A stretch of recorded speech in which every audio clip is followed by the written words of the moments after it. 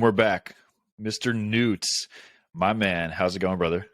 Nice to see you, Justin. Thank you, brother. Yeah, absolutely. We got cut off in our last one. I appreciate that. The high-end caviar, not the cheap Walmart stuff. Nothing wrong with Walmart. Shout out to Walmart. So yeah, man, we got cut off. Sponsor this year, yeah, sponsored by Walmart. Just kidding. Don't sue me. We are not sponsored by Walmart, but listen, Walmart's great. So last time that we talked, we got cut off due to some technical difficulties, which is okay because I got to get you on the podcast again. I believe in that podcast, I labeled it part 1, and then this is going to be part 2, but that was all behavioral stuff. So we talked about like neurofeedback and all the things, but we didn't even get into the supplements, which, you're part owner of a nootropic cognitive enhancing supplement company that's huge and also merged with, or is a sister company, I guess, with BioOptimizers, which is a leading force in the field. So a lot to get into.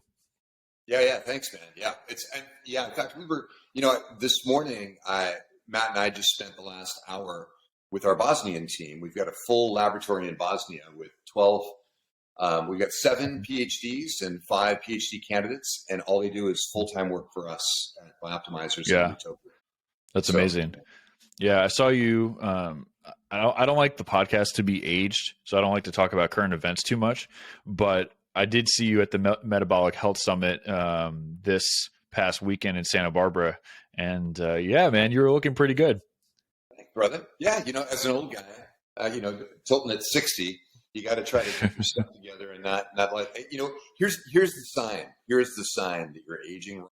Is when you're walking down the street and the 25-year-old girls that used to wink at you, they suddenly cross the street and go to the other side. That means you're not aging well. that hurts. That hurts my soul. It is. Oh, it's so so it's really important to get yourself to the point where they instead they wink back, or they at least give you a high five and say, keep going. Yeah.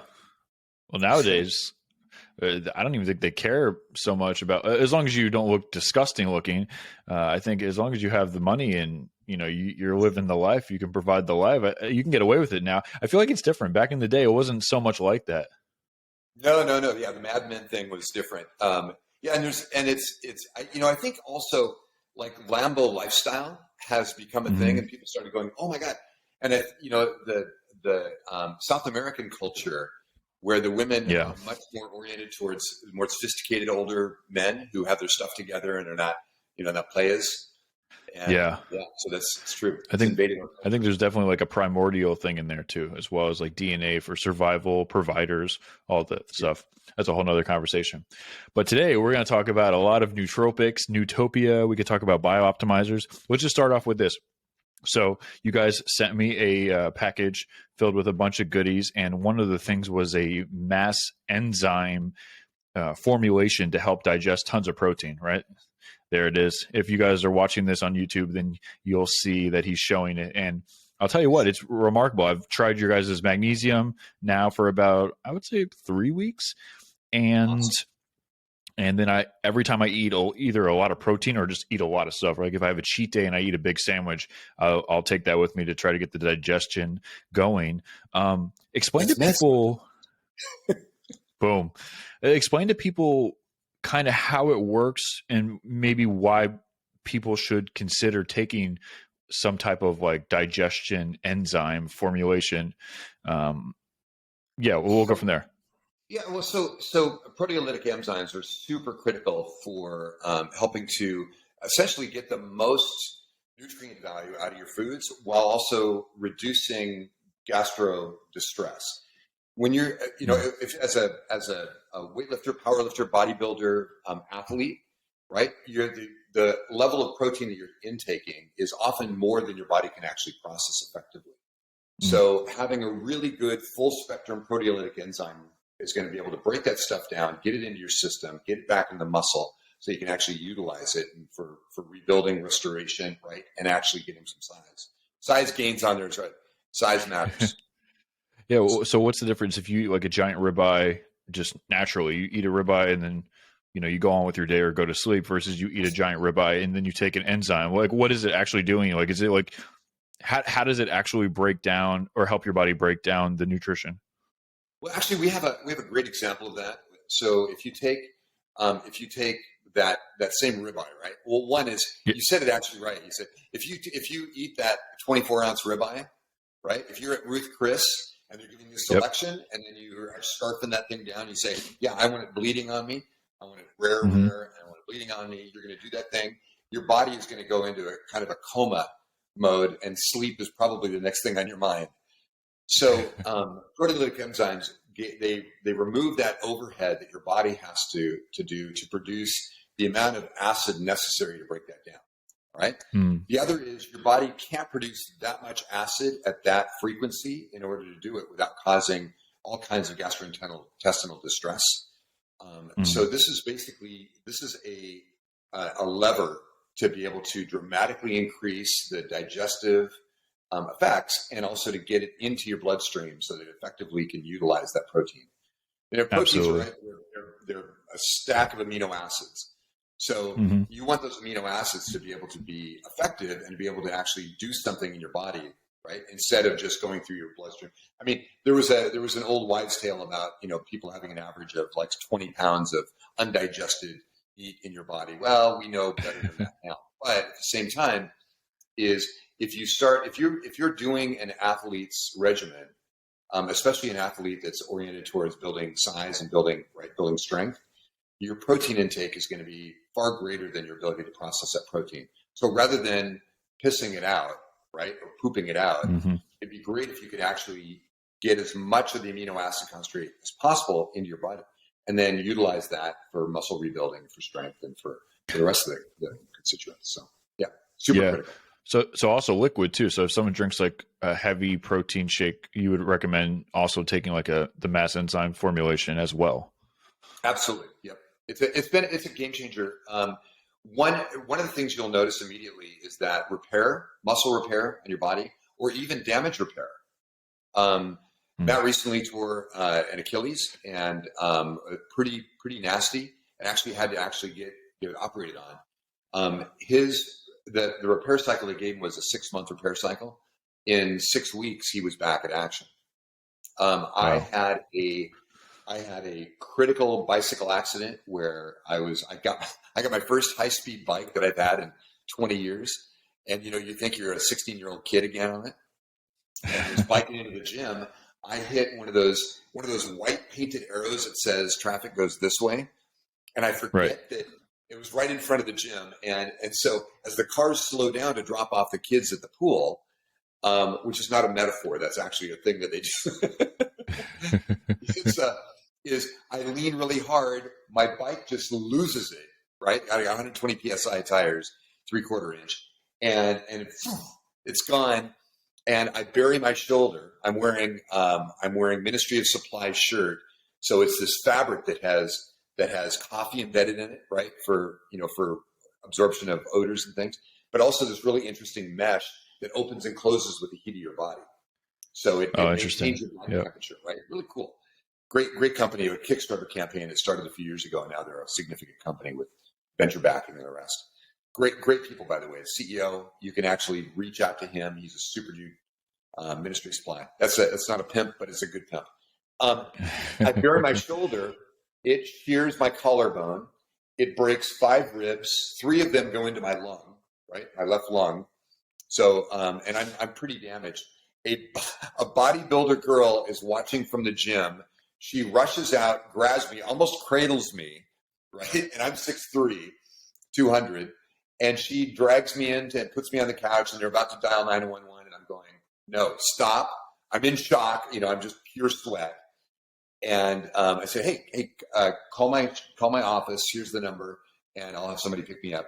When I got home, I just started doing proteolytic enzymes and doing nootropics. I formulated a nootropic to exacerbate pain, and so I was able to naturally, handle the pain part.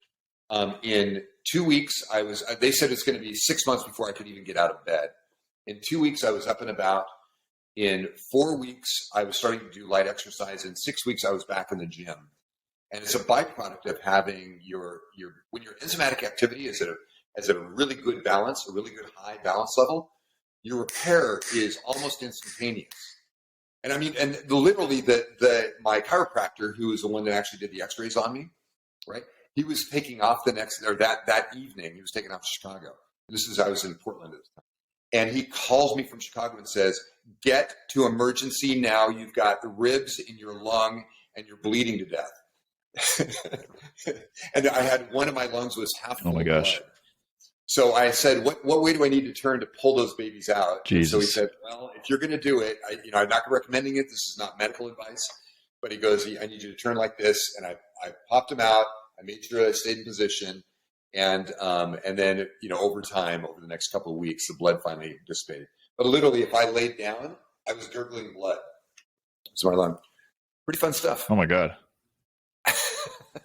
That's crazy. But proteolytic enzymes are freaking out. Yeah. Well, it's the same. And if you think about it, the same way that they're processing the proteins that you're taking, that you're ingesting, they also are helping the proteins in your body, right, to do the enzymatic action they need for repair. So super critical. Yeah. And I mean, Matt, when he, towards Achilles, I think he was doing 200 of these a day, or no, 100 of these a day, right? And 3 is the dose. So, yeah. And Wade and I were doing, Wade's vegetarian. Wow. Wade, the president of the company, he's vegetarian, but we still did 5 of those at dinner. Even though it was a high protein vegetarian dinner. And but it's still critical. And the other thing is you'll find your energy levels are greatly elevated, not like a caffeine high, but like I'm not having to co-process a bunch of other stuff in my body because my body's now running more efficiently because I have some of the enzymatic activity that I normally am missing maybe. Right. Absolutely. Yeah, you would think that more people would know about that, but it's not as common as you would think. No. And it's right. And it's the basis actually for the company. I mean, P3OM, right? Probiotic stack as well. Mm-hmm. It's a critical part. Like that's what I wake up with. I wake up with a couple of those and 24 ounces of water. Yeah. I've been trying your guys' magnesium and I like it. Do you take the magnesium right before you go to sleep, or do you take it during the day or the second you wake up? Yeah, no, I take one during kind of a lunch area, right, to balance my magnesium levels, and then I'll take 2 at night before sleep. And we just finished a sleeping compound, a sleeping powder, and a sublingual spray solution combination, and then we have a capsule also that's going to go with it. We're building a sleep solution for everyone because we found people, like some people are super sensitive to melatonin. They don't process it well, and so they have a tendency to get a melatonin hangover. So we have a product for that, but it uses melatonin's and it can downregulate your melatonin. It's a tricky slippery slope when it comes to melatonin because melatonin, if people don't understand this, that melatonin is a hormone. So, like any hormone, if you're taking the hormone exogenously, then your endogenous melatonin production or any hormone production is going to probably come to a screeching halt. So definitely something to think about. Also with melatonin, I think it's good for if you're going on a trip to reset your time clock with your circadian rhythm, but it puts you to sleep, but it doesn't keep you asleep. So I know some melatonin companies, they have like an instant release melatonin and then they have a sustained release melatonin, but it's a slippery slope when you're messing with hormones. Yeah. And that's pineal gland hormone. And it is a super antioxidant. Dr. Bird, another YouTuber, was talking about it recently about how it's even significantly more effective than glutathione as an antioxidant in the body. But at the same time, when you start downregulating hormones and systems in your body, you create a whole cascade of secondary and tertiary effects that you've got to deal with. So again, cyclical, anything like that, and minimum viable dose to get the result. Like Matt will use our melatonin spray. If he's traveling across time zones, and he needs to be at a certain time, at a certain specific time. Yeah, that's different. Yeah, he knows it's a 4 hour. He knows he's going to get 4 hours of incredible sleep. He's going to wake up clean. Then he does it. But then it's also 300 micrograms or less. We're not talking about milligrams. We're talking about, Tiny 75, 50, or 75, 150, or 300 micrograms. And if you do that and you combine it with things like magnesium and some other cofactors, you get that kind of long-term result. If you do it alone, you're going to get, again, that 4-hour, and that's where people have problems, right? They take it, I'm going to get to sleep at night, they wake up at 4 a.m. The benefit of the melatonin getting sleep onset, which is really what it's good for. It's good for sleep onset, but not for extended sleep. They get that benefit, but then they lose the quality sleep, they lose the depth of sleep, and they lose the continuity of a 7-hour or 8-hour sleep cycle. So how did we get into this one, Dustin? How did we go there? What do you mean? What, melatonin? Well, we were talking about magnesium. Yeah, the magnesium is critical. Yeah. And so you do take magnesium in the beginning. You take one with fish oil or something, like some fat soluble. It's a fat soluble, I guess, supplement where you need to take it with fat. Correct or no? Almost all are beneficial with oil. Yeah. Okay, so I take it with fish oil or krill oil. But you actually take one pill in the morning to have magnesium throughout the day, and then you'll take 2 at night to improve your sleep, right? I actually take one. I take one in the afternoon at basically what would be a lunchtime, 11 o'clock to 1 o'clock, somewhere in there. And again, I do it with krill oil or I do it with algae oil. And then I typically am doing, I'm a pretty hardcore omega-3 fish oil guy. So I'll do 6 grams of omega-3 fish oil during the day. So that's a lot. For cognitive support, it's incredible. And, you 6 grams total, or is like EPA and DHA, it's just 6 grams total, but not each. Yes, so you're not taking 3 grams of, you're not taking 3 grams of DHA or 3 grams and then 3 grams of EPA. Yeah, I think I'm getting 210 grams of omega-3. All right, DHA, and then I'm getting another 160 or 170 of DHA. So, but it's in 6 grams of omega-3, open sea, Alaskan fish oil. Triglyceride form? Triglyceride form, right? Yeah. And I'm a huge, I've become the super advocate right now for phospholipids. I'm a huge phospholipid fan now. And I'm pushing more and more for lipid membrane recovery, restoration, and also cellular respiration. I think cellular respiration, which is the basis of ATP out of mitochondria, and basically being able to have a really high integrity permeable membrane for semi-permeable membrane across your cell, and then also in the mitochondria, there's another form of phospholipid around the mitochondria. It's a single cell width thick, and you want to have those with very high integrity. Otherwise, you're starting to leak in all kinds of problematic areas. So yeah. I love your guys' magnesium and the mass enzyme formulation. Let's talk about another supplement that you guys are bringing to market that a lot of people are excited about with your mushroom supplement. Explain to people a little bit about what it is. Could you be talking about this, Justin? Why'd you call it the collagen? Is there collagen in there? Yeah, 6 grams per every 2 ounces of drink. There's 6 Why collagen? Well, it actually started out, it's kind of funny. It started out with 2 things. can I give you the backstory on this? Yeah, let's hear it.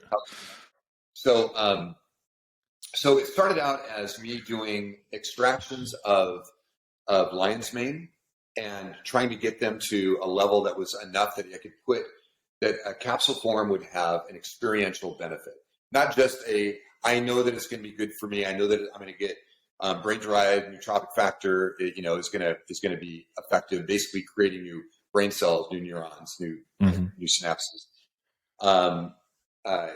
And so it started with that. But my assistant Chastity was actually pouring these raws that we were getting from all over the world. We were sampling all the raws, and as she was pouring them into containers, as we were getting more and more, we were getting, we went from 1-to-1 extraction, right? Just a light warm water extraction, to 20-to-1, to 50-to-1, to 100-to-1.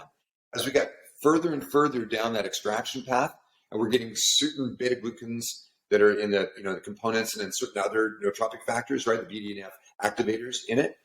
It started smelling more and more chocolatey as she was pouring them, and the extractions were getting it. Yeah, mushrooms do smell chocolatey for some reason. Yeah. And so as we started doing it, we started looking at, again, at red reishi, right, and chaga, and we started looking at these different mushroom compounds. We found that, and in cordyceps, we found that we could blend them in certain ratios that would be the best bioavailable ratios to get the result that we were looking for, right? We wanted adaptogenic activity. We wanted BDNF, right? We wanted antioxidant activity, and we wanted some of the other characteristics that mushrooms are known for.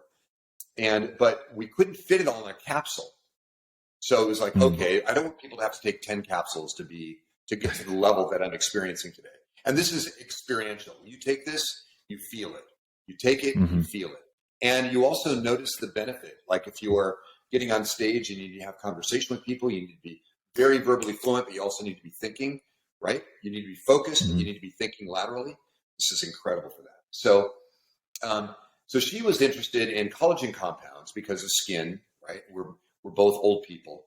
So we wanted the skin to be good. And we found that this was just a perfect storm to restore the skin, to get through the blood-brain barrier effectively, to create really good antioxidant and adaptogenic activity. So again, you're fighting stress, right? You're fighting oxidation levels. And the end result was we got this incredibly, I know you can't taste it here, but it even looks like chocolate. How does it taste? Does it taste nasty? It is a chocolate milkshake. Yeah. And we didn't have to sweeten it. We didn't have to get crazy with anything. We did add, because it tasted so chocolatey itself, we did add some cacao, some foreign cacao. It's really some Ecuadorian cacao, because it's 50 times better antioxidant per gram than anything else we could put in there, and it tastes chocolatey anyhow. So it just added to the benefit of the product. Is it the same situation with with magnesium and other fat soluble vitamins? Should you be taking any type of mushroom powder formulation or mushroom in general with fat? Well, it's always going to be a benefit. We put C8 MCT in this as well. Oh, so you put fat in there, caprylic acid. Oh yeah. And we even have olive oil and sunflower oil in here as well. Okay, so basically you can take that by itself, and you don't have to take a fish oil with it. Right. Yeah. We try to do as much as possible, and you'll notice in our, I'm sure you'll notice in our capsule designs, is that every one of our nootropic capsules, we incorporate. There it is. Boom. We incorporate oil into oils. Yep. Yep. And then there's also D3 and K2 in here as well. Nice. Because which one is that? What pill is that? What pill is that? That's a Mental Reboot PM. Oh, mental reboot. Yeah, gotcha. Yep. Yeah.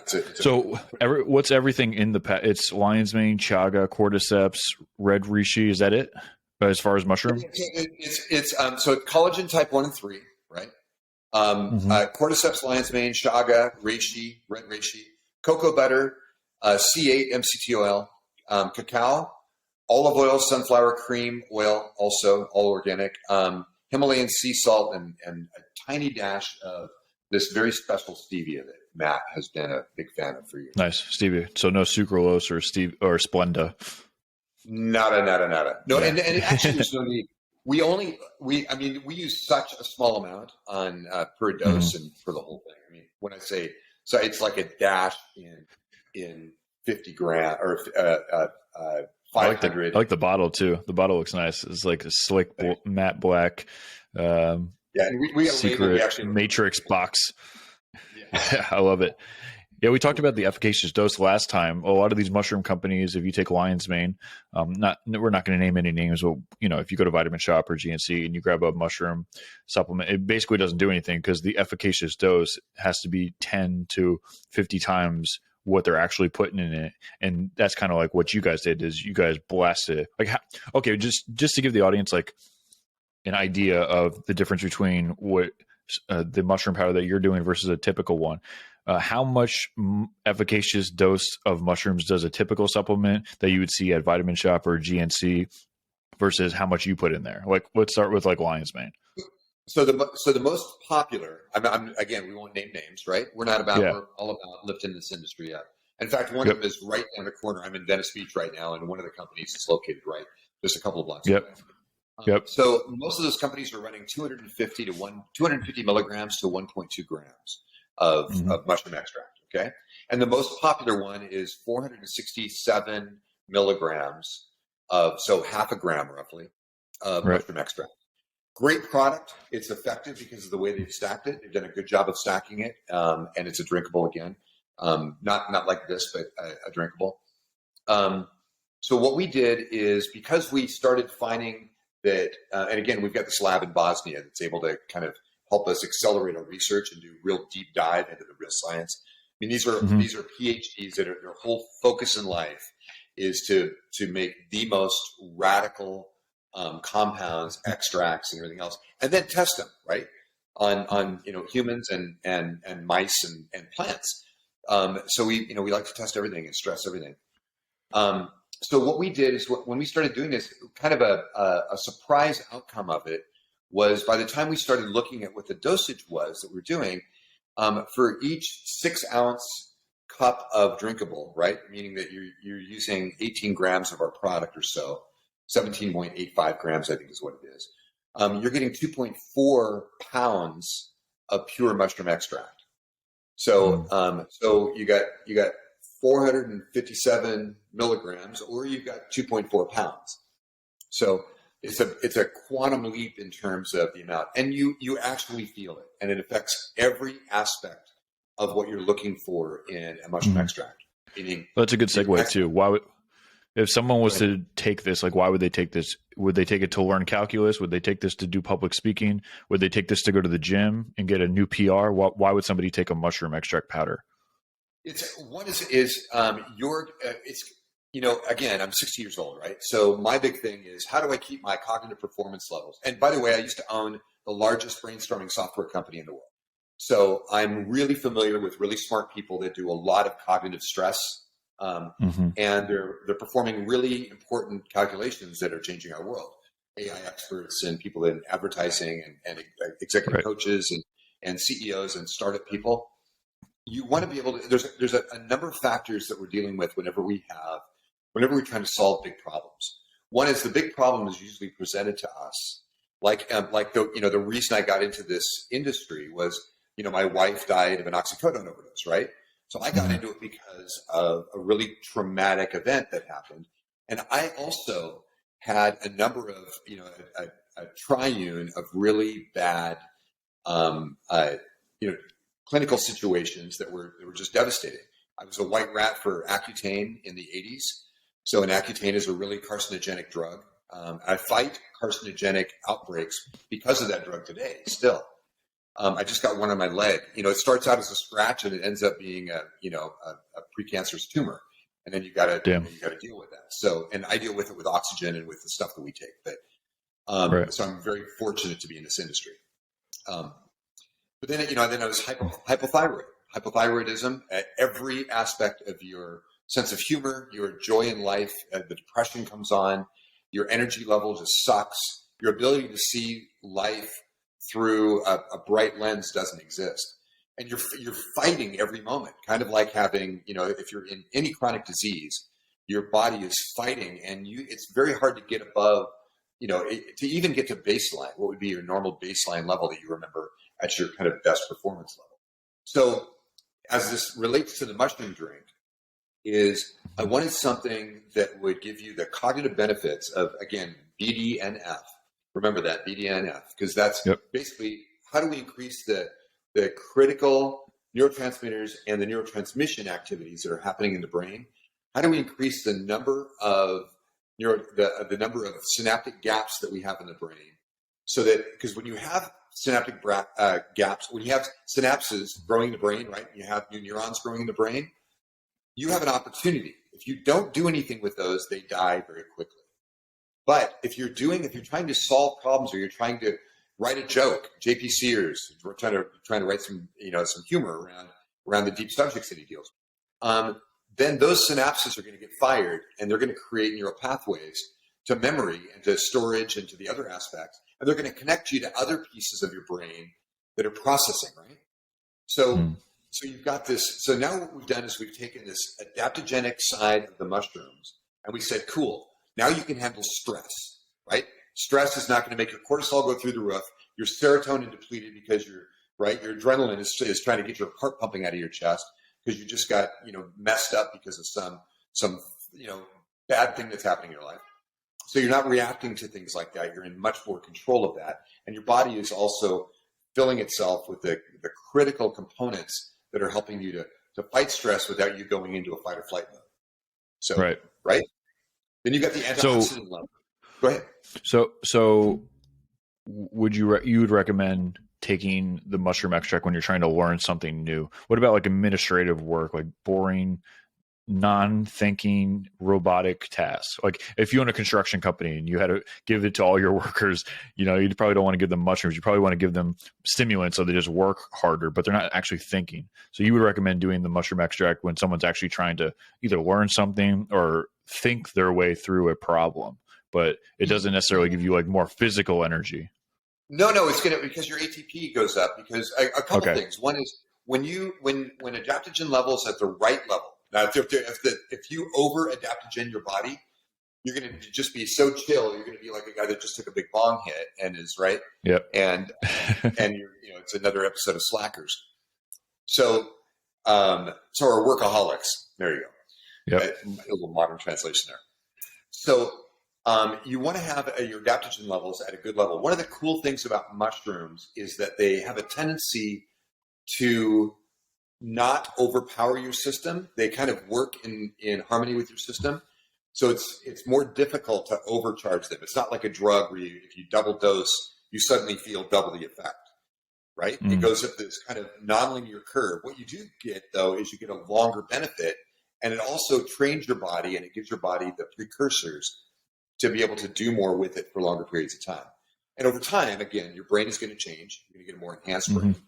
And you're also going to get the ability to handle stress at higher levels, even when you're not on it. And then your antioxidant levels are going to go up. But the other is, it's not like, so you and I talked about this, I think, last time, where if you take Adderall, it's because of the dopamine flow, the way that it accentuates dopamine, you become an asshole because you lose your emotional connection to people.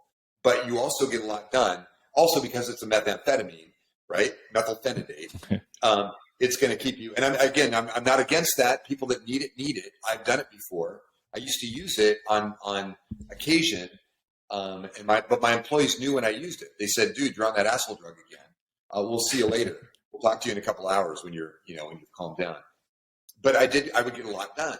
But there are other ways to do that. And so the thing I love about the Collagenous product is, one is that you feel it immediately. Like I just had a glass of it. You feel it immediately. It has long-term benefit. And I feel it cumulatively. You take it 3 days in a row. Take it 3 days in a row and tell me that you don't have a demonstrable change in your ability to handle stress, handle cognitive challenges, right? And just feel better overall. So, and then of course, should you take it every day? Should you take it every day?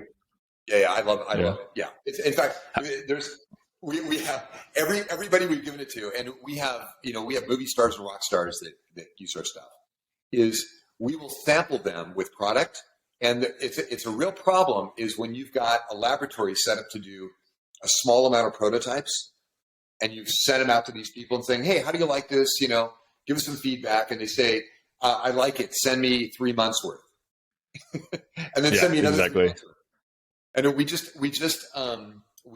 sponsor a guy named Justin Peters, who's a triathlete, world class, and he just did the Ironman in Park City, I believe it was this year, and just killer athlete.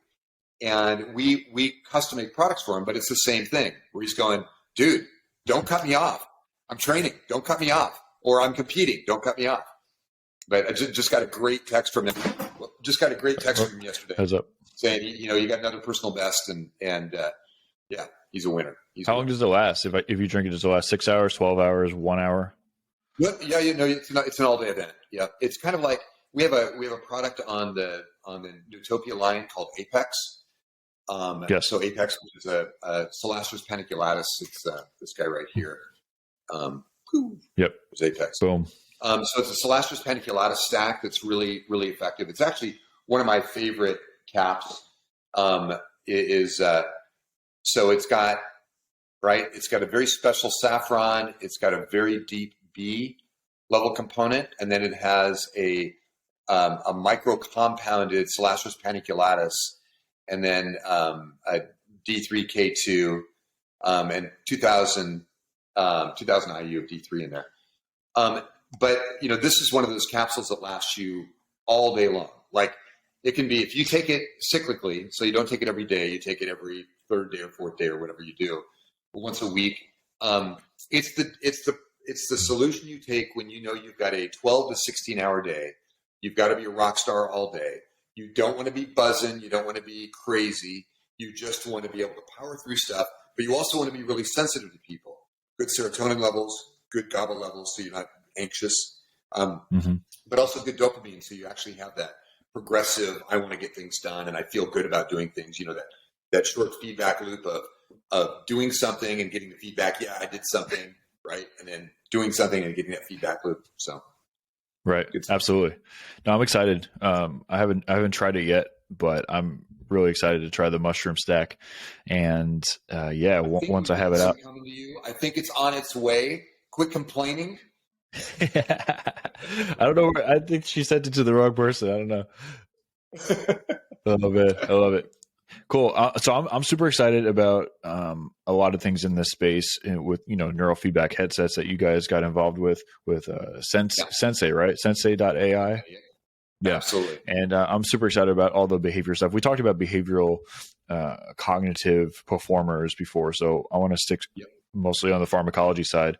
I'm really excited about peptides and how peptides are formulated now. I know there's not a lot of evidence showing how long-term use will affect the body. I know that there's certain peptides that increase growth hormone, and obviously the more you increase growth hormone, if you're prone to any type of cancer or precancerous mutated cells, that taking or elevating your growth hormone will expedite the process. If you have a tumor in your body that you're not aware of, increasing growth hormone will expedite the process. So it is a slippery slope. Like if you take BPC 157 or MK 677, BPC 157, for people that don't know, is a peptide that will heal your injuries drastically, but it also increases your growth hormone. You got to be really careful about that. And MK 677 literally stimulates your pituitary gland to increase more growth hormone, like drastically, for like a 24-hour period. Yes, growth hormone makes you feel great. It improves your sleep, it improves your nails, your hair, your skin, your cognition. But typically people that have high growth hormone don't live as long, and people with low growth hormone tend to live to 100. So it's a slippery slope on what to balance out, right? So the whole point of me saying that is I'm really excited about peptides. We don't really know how effective certain ones are as far as like longevity. We know that they're effective, but we don't know like the side effects and the counteracts of those specific types of peptides.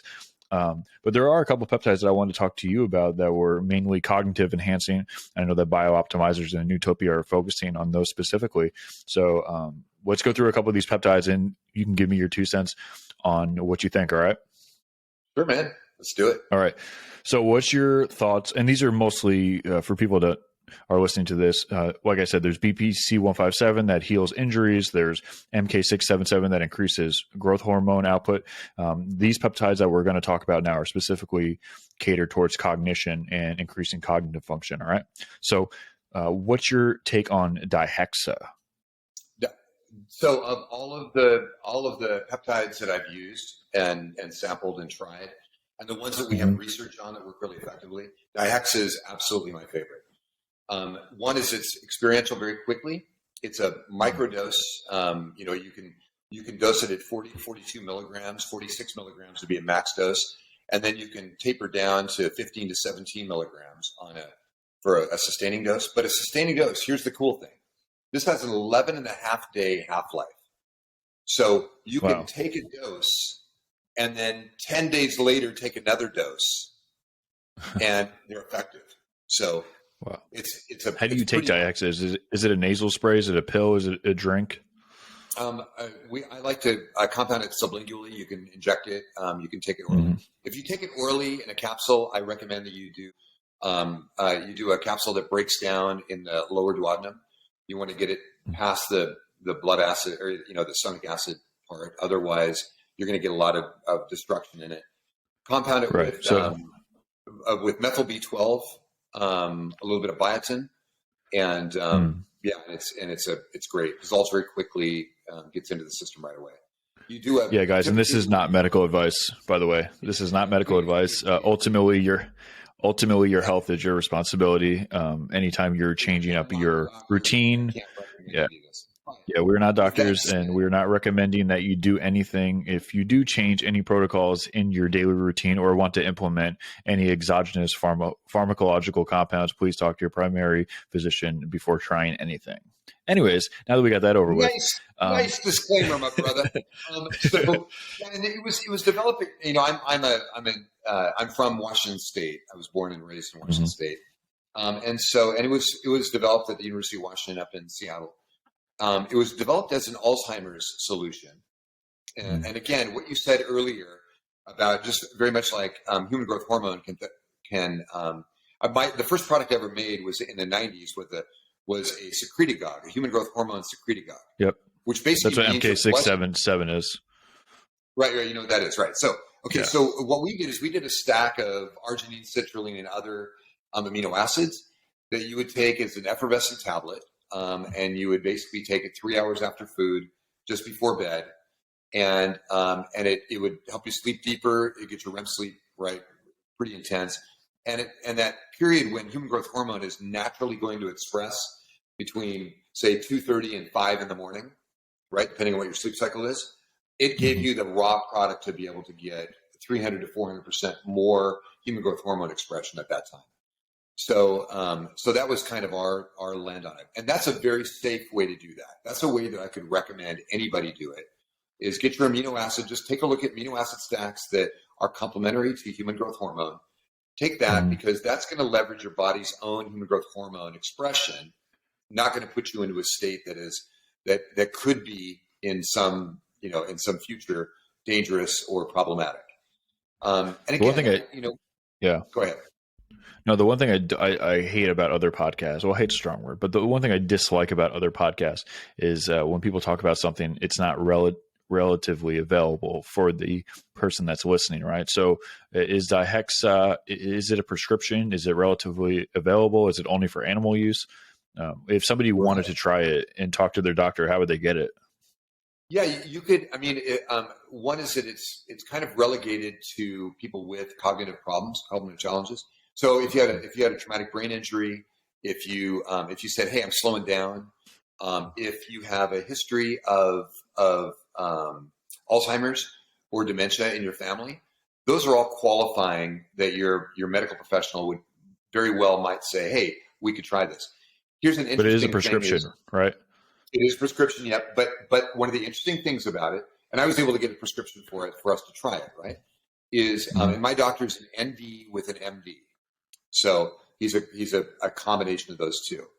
And he said, I think that in your specific case, that this makes sense. I've had there's been my mother just passed away from dementia, and she had a history in her side of the family. My dad's side of the family didn't have it, but they said, yeah, so you've probably got a genetic, lean towards that a little bit. So let's try that.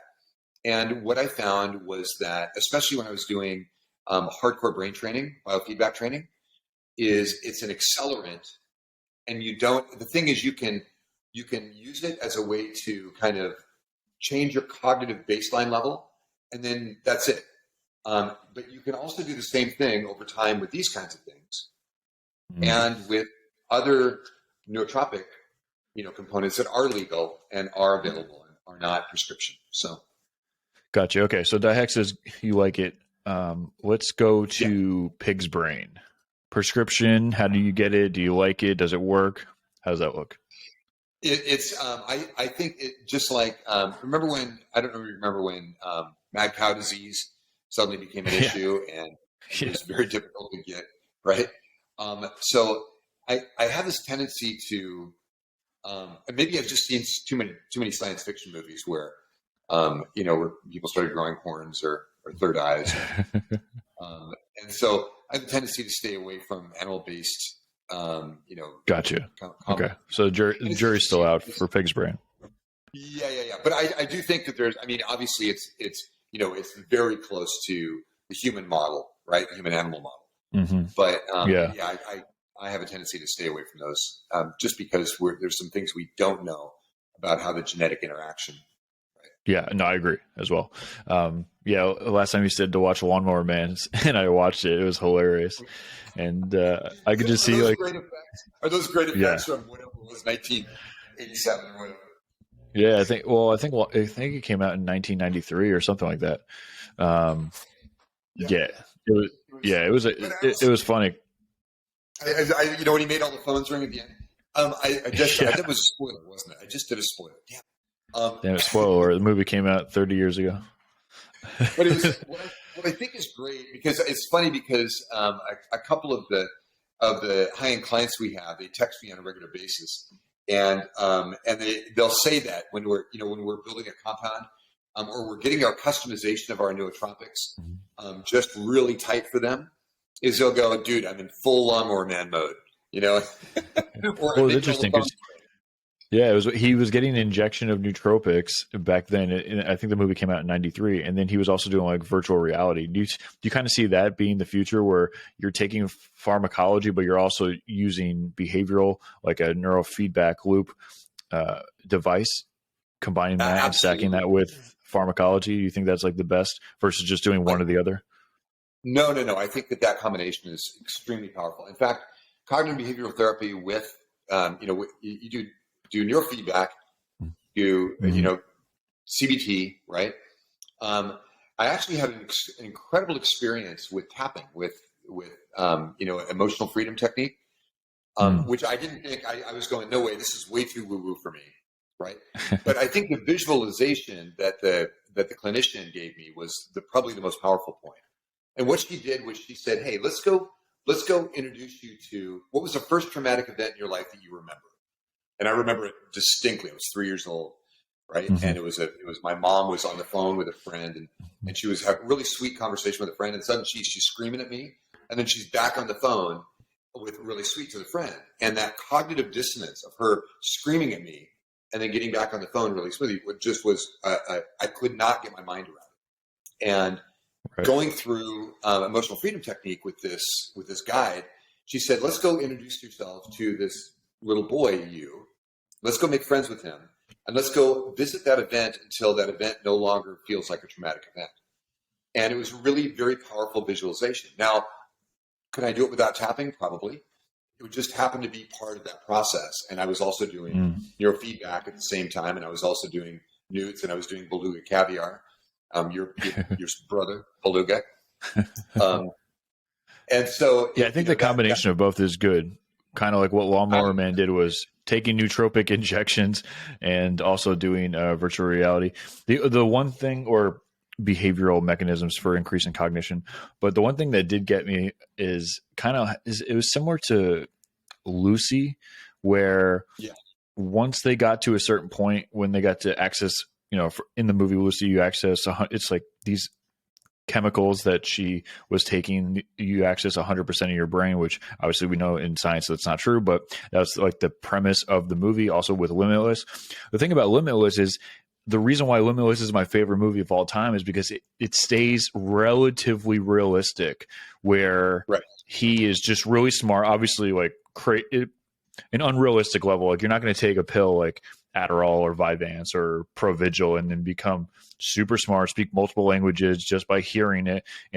But it's still like, it's a little bit, it's definitely stretched out for a realistic, but it's still in the realm of humans and Homo sapiens. With Lucy, and Lawnmower Man, it got to the point where they became part of the computer software, and now they're like Wi-Fi, and it's just like, okay, halfway through the movie, I'm tapping out because you've lost me once you start going into the system, and now you're literally in the metaverse. And obviously that could potentially happen, and it probably will happen before before humans are non-existent. But in our lifetime, it's so far advanced that I see a lot of people that tell me that they kind of tap out of that way. So the reason why I bring that up is those movies are great, but once they start getting into the weird, like you upload yourself into the metaverse and your body disappears, and now you can, make the phones ring. I'm like, okay, I'm out. You're right. Yeah, and for her, she's able to move objects with her mind and do those. It's like, when did you become an X-Men? Right. Well, it's an interesting thing, Justin. In we all fear death to a certain extent, or at least we look at it as kind of like like a tragic event, or unless we're deeply spiritual and then it's a transitional event or whatever. But we don't want to lose our virility. We don't want to lose our humanity. We don't want to lose our capacity, right? And in fact, Wade and I were talking yesterday about bodybuilding and then marathon running, because we've got these, we have this world-class triathlete on our team, and Wade's going, you know what I'd like to do? I'd like to win a bodybuilding contest as a vegetarian bodybuilder, and then I'd like to go run a marathon. I'd like to go show that you're not going to, your mobility is not limited just because you've got muscle development, right? And you've got, lean muscle development, those kinds of things.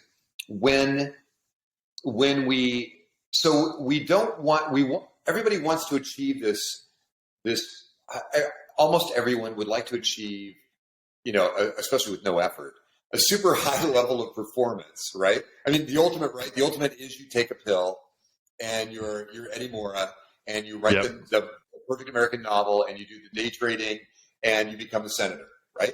I mean, that's a pretty nice life. And you drive a Ferrari through Italy, through the Italian streets. But it's kind of real. But it is, even though it's unrealistic, it's not that far unrealistic. Versus now we get into like sci-fi.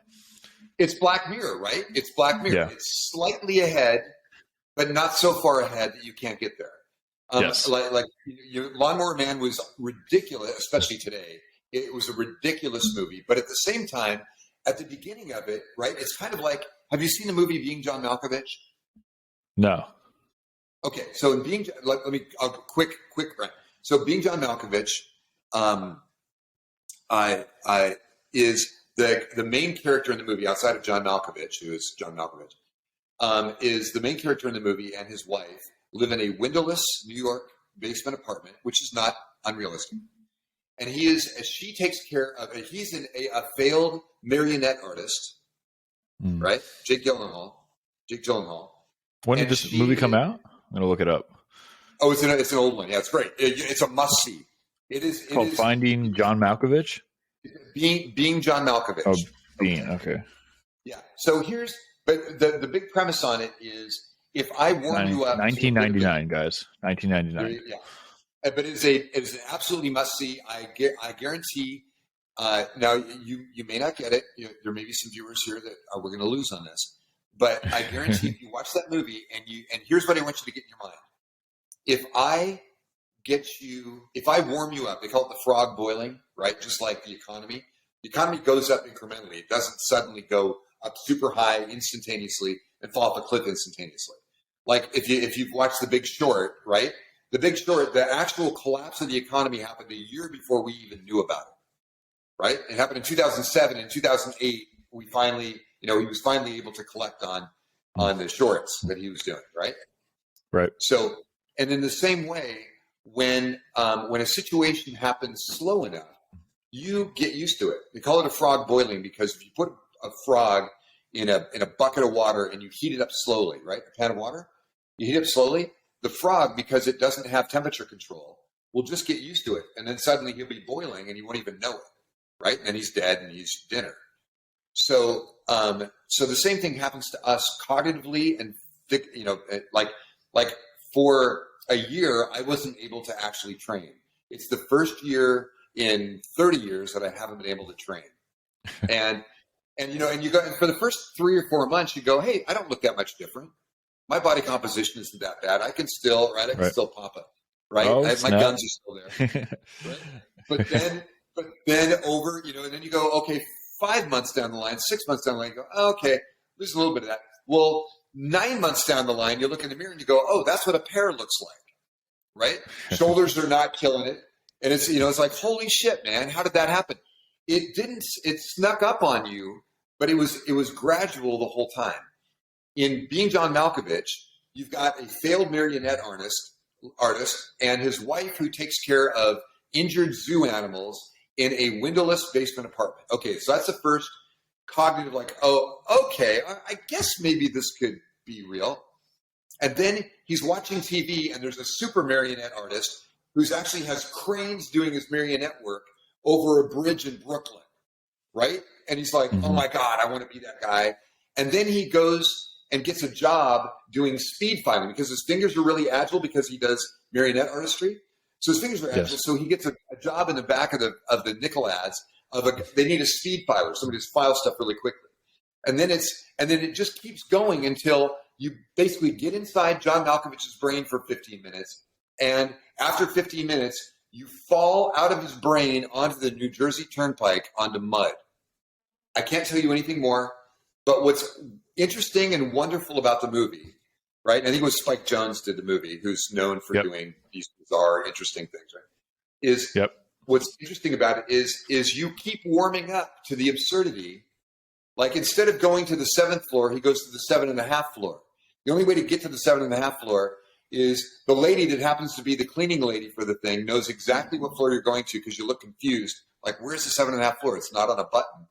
And so she has to hit the button at exactly right, the stop button on the elevator at exactly the right time, grabs a steel crowbar, opens the door, and you kind of crawl into it, right? So it's all of these absurdities, but they keep warming you up. Well, the same thing happens to us as human beings, is we kind of get, we get lackadaisical, we get familiar, we think, oh, that's my cognitive performance, that's where I'm at. Blade Runner is my favorite experience on that. The original 1982, I think, or 84 Blade Runner. Okay? In that Blade Runner, Roy, who's the ultimate hybrid, right? He's the first, the ultimate man-made cyborg. So he comes back to Earth from a spaceship. He's on a mining ship. And he and a couple of other androids, they decide that they want to take off. They're sick and tired of this being slaves to the system. And he talks the genetic engineer that created him into introducing him to the creator of him, the guy, the scientist, whose name is Terrell. And Terrell is probably the wealthiest. He's the Elon Musk of their time. And he lives in this incredible skyscraper, pyramid-shaped skyscraper at the top of the world. And so, Roy sneaks in, gets in there, and Terrell recognizes him as one of his ultimate creations. And they're talking, and the cyborg Roy, he's going, what about this? What about this protein thing? And he goes, well, we tried that, and you melted on the operating table. We tried this, and you genetically blew up, and you got cancer immediately. And we tried this, all the things we were talking about with peptides and growth hormone and the rest.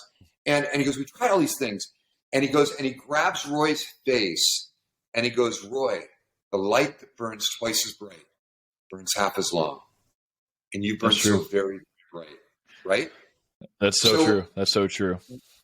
Yep. We seek hyper performance, but what is the cost of hyper performance?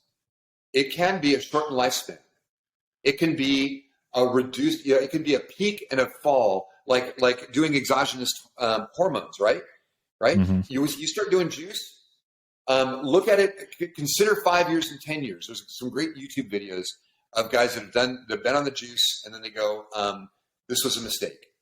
When you can no longer produce endogenous testosterone, it's a problem. I've got a very close friend right now who wants to have a baby, but did juice for a number of years, and just micro exogenous testosterone. Right? Just to get test levels up, because he was running at 250 to 350. He wanted to be 750 to 1,000, right? Which would be a great athlete level. And And as a result of that is now sperm motility is almost nothing, and actual sperm count is really low. So it's like this problem, and trying to have a baby, that's a real problem. So yeah, it's unfortunate, especially like when you get on TRT. Yeah, one, I would never want to shut down my own production unless it was like chronically low, where I had a problem where I had like testicular cancer. But then also, yeah, if eventually you want to have children, anytime you take, like we said before, an exogenous compound, especially when you're talking about hormones or androgens, and you're ingesting those exogenous compounds, your natural production will be shut down no matter what. Everything gets shut down. So if you're trying to have children, you probably don't want to get on TRT or steroids because it's going to be really hard to bounce back. And I've known some people that even while being on steroids, they've gotten their girlfriend or wife pregnant. So it's not impossible, but it definitely is. It makes it drastically harder. And there's a good chance that you could be sterile. Right. It's a problem. And the other is that your dependency as well is, it's up there. Yeah. So, by the way, though, that movie, Spike Jonze, being John Malkovich, got a 94% on Rotten Tomatoes. So now I have to watch it. And now, even though I haven't seen the movie, I highly recommend it. He's also the same director as the movie Her with Joaquin Phoenix. He directed that movie as well. Yep. So, and if you keep looking, right, you'll see. And I think who did Jim Carrey? What was it when he was being watched 24/7 from the time he was born? You know that movie? Was that a Spike Jonze film? I think it was a Spike Jonze movie as well. Also, brain. What was it? So it's a classic Jim Carrey flick. It's not Cable Guy. No, that was also a classic. Okay, so I think he did a movie. So when I looked it up, when I typed in Jim Carrey and Spike Jonze, it came up Jim and Andy, The Great Beyond. But that looks like it's relatively new. That's because that's Andy Kaufman, right? Jim and Andy. Yeah. And that was, and actually, he talks about that really, really incredible. It was that looks like it was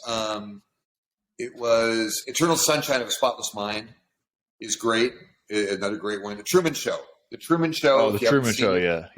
Yes. Yeah, it's incredible, and it actually speaks to today's social media, consequence, right? Like what happens when you're Kardashian and you're on 24/7, but your only currency is the fact that you're on 24/7 and you're on display, and you're a plastic surgery nightmare.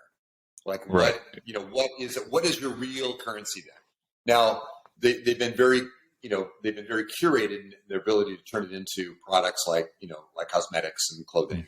Oh, of course, yeah.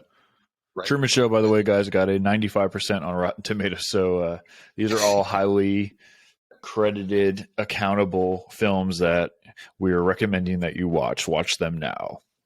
Well, and Eternal Sunshine. Pause this right now and go watch The Truman Show and being John Malkovich. Eternal Sunshine of the Spotless Mind is such a powerful movie because it's about a love relationship that has run its course, and they break up, and it's a terrible breakup, and there's a company that will erase bad memories from your mind, or totally erase a relationship from your mind. So his girlfriend goes and has that done. He has that done, and because love transcends everything, they end up meeting in the end and kind of falling in love again. Another heavy hitter, Eternal Sunshine of a Spotless Mind, featuring Jim Carrey and Kate Winslet, got a 92% on Rotten Tomatoes. You're coming with the heavy hitters today. I'm doing okay, right? How did the original Blade Runner do? How did the original Blade Runner do? Well, let's find out. Let's see. Boy, that one's going to be hard for a lot of these people because it's so old. Let's see. What's great is it was shot so well. The dialogue is so well written. It's just incredible.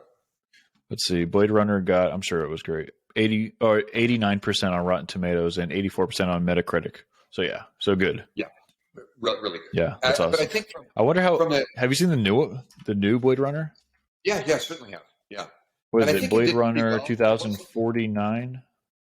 I wasn't kind of like the new Matrix. I think you have to see it a couple of times to get the gestalt of where they were coming from, because I think the first one set such a high bar, and of course, like kind of like Minority Report, it came from the same author who was doing short stories, right? Philip K. Dick.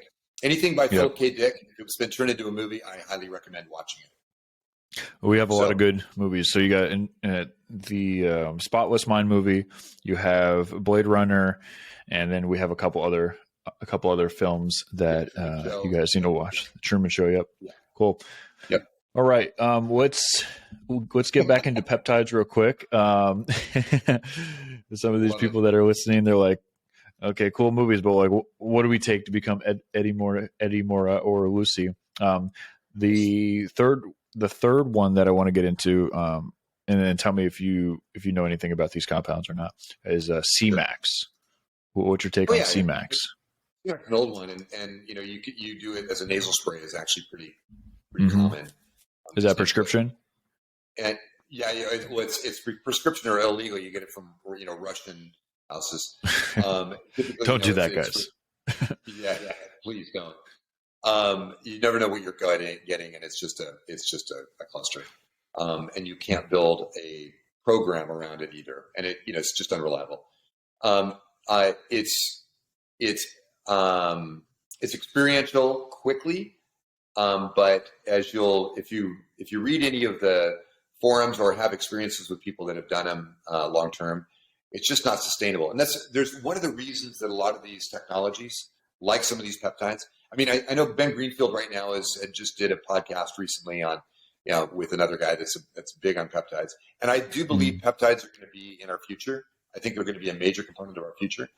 But I think like gene splicing and some other things, I think that the ability to turn off the genetic mutation factor, right, at the right time before it becomes problematic, I think that's going to be the key to doing good genetic enhancement, right? Because there's genetic enhancement, and then there's the third head, there's the penis coming out of your back, and there's those kind of things.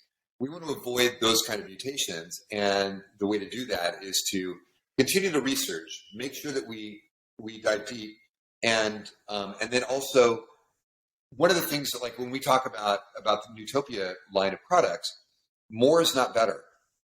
Best is when you get the optimum level of whatever the neurochemicals or whatever the components are that you're trying to reach a peak, like if it's serotonin or if it's dopamine.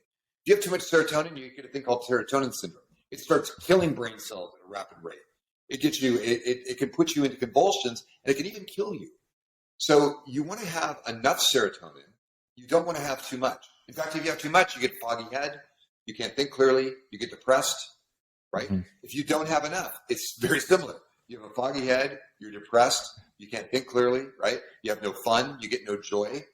So it's a balance of those things. And what you want to do is you want to optimize those neurochemicals. You want to optimize any of these components that we're talking about so that you can reach the most effective, like we call it sick to superhuman, right?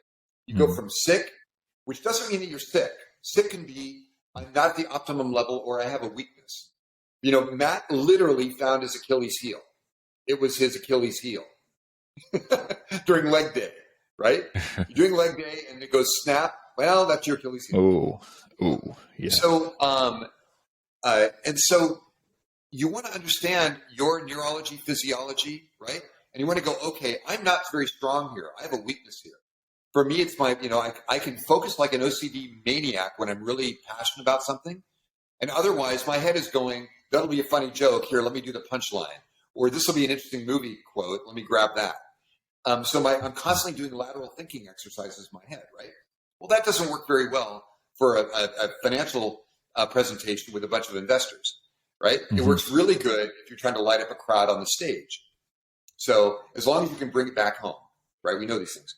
So it's really important to understand, where am I weak? Where am I sick? Where am I not performing well? Or where do I need such a boost that it just keeps me from being problematic, right? So for ADHD, like, how do I bring my dopamine levels up?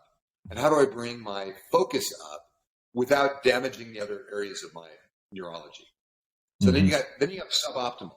Most people know suboptimal because they know when they feel great, right? They know when they feel optimal, and then they know when they kind of fall off that curve. You didn't get enough sleep, right? So you got adenosine receptor issues, and you're trying to overcompensate it with caffeine or something else, right? You got, maybe you're groggy because you drank last night and you didn't sleep. Because when you drink, you typically are going to get elevated heart rate. You're going to get some other sleep disturbances, right? You're not going to go into delta sleep. So you look at these factors and you go, okay, so now I've gone from sick to suboptimal. I know what optimal is. Optimal is where I feel kind of my best that I normally feel if I, right? You kind of have that inherent gauge if you're paying attention. But then there's super optimal. Like super optimal is when you actually go, okay, I either took this or I did this and I got a compound result off of my norm, right? And that could be getting into flow state is a great example. Right? Well, let me ask you this real quick: is how can somebody sustain optimal levels where now you're not taking a pill like an Adderall or a nootropic, and you take a nootropic or some cognitive enhancer, and you become smarter for 4, 5, 6 hours, you become better. But is there any type of therapies or anything that you can actually do where you just literally become better and it's sustainable and you don't have to keep taking stuff? Or if you do, it's not like a stimulant where it has a fast acting result and then you go back to normal. For me, when it came to focus, what I've learned, besides taking the magnesium, is doing the injectable L-carnitine. And there's been some studies with injectable L-carnitine for ADHD and focus. Yep. I've noticed that since I've been taking that prior to working out, because injectable L-carnitine is for fat loss and then also increasing the androgen receptor density, which is pretty crucial because the only thing that increases the androgen receptor density typically is steroids. Right. L-carnitine injectable, it has to be injectable because it's not it is bioavailable, but it's poorly bioavailable. You'd have to take 30 pills to get 1 milligram injection. So it's pointless. That's another classic math science. You're going to get so much internal distress from taking that much, and you're still going to get incremental amounts. So. Exactly. That's why I do intramuscular before I work out. And how many traditional, milligrams? Just 1 gram. Yeah, 1 gram. 1 gram intramuscular. Yep. On the shoulder. Saline? Yeah, I get it from yeah, exactly. Yeah. Right. Yeah. So what I've noticed is I don't feel like I'm normal and then I take a compound and then I'm elevated. I just feel like I'm more clear, more precise, more put together, but that's just kind of who I am now. So again, I've only been taking it for about a month and a half, but I've noticed a difference in more precise thinking. Like I've noticed when I'm doing it, or when I started doing it prior to when I wasn't doing it, I've noticed that my thoughts have been more clear. My reactions aren't as they're not as drastic. I don't get overworked. Even everyone that is invested right now, like the stock market is crashing. We're going into another recession, crypto crash. I don't want to say that I don't have any feelings like a robot, but it doesn't really bother me because I'm able to control my emotions more. And I don't know if that is from the L-carnitine, but I've just noticed that and it could be a ton of things. It could be just doing sauna harder and staying in longer. It could be, doing more cardio. But I've noticed that by doing this, it's definitely changed. I also take NMN, a NAD precursor. I started taking that around the same time, so that might be a big change as well. My strength increased, but that also might be the way I started training, giving myself more rest. So it's hard because a lot of this is anecdotal, but I've noticed that L-carnitine for sure helps me with my physical performance. But the reason why I brought that up is there anything that that you can take that you don't have to keep taking a pill to be elevated and then go back down, be elevated and then go back down? Is there anything where you can sustainably just be better overall? Yeah. Do you know who Tony Schwartz is? Do you know about energy management? Jim Lohr and Tony Schwartz wrote a book about energy management. So they were working with, in fact, they were in Europe, area of the world, and they were, Jim Lohr was a professional tennis coach, and he was working with the world's best. And what he found is when his top athletes would return to the baseline after a point was done, their heart rate would come down, their state change would come down. So it was The next point was the only point of the set. It was the first point of the tournament, even if it were on the fifth set in the tiebreaker. So that state change where they basically came down and said, okay, that it doesn't matter what my stroke was, how bad I hit that ball. It doesn't have, I'm not tired. I am at state. I am in that state change. When I was a competitive tennis player, I had exactly the same events, but I wasn't cognitively aware of that because my whole thing was I could outpower anybody. I could last longer on the court. I would run after every ball, right? Including the balls that are, the errant balls. I just didn't, I would just outwork them. My whole thing, because when you're in your 20s, right, you've got that horsepower. In fact, Casey Neistat's brother, Van Neistat, has a great YouTube channel. And he was talking recently about purpose. Because I think ultimately what we want to do as human beings is we want to fulfill our purpose. We want to find and fulfill our purpose.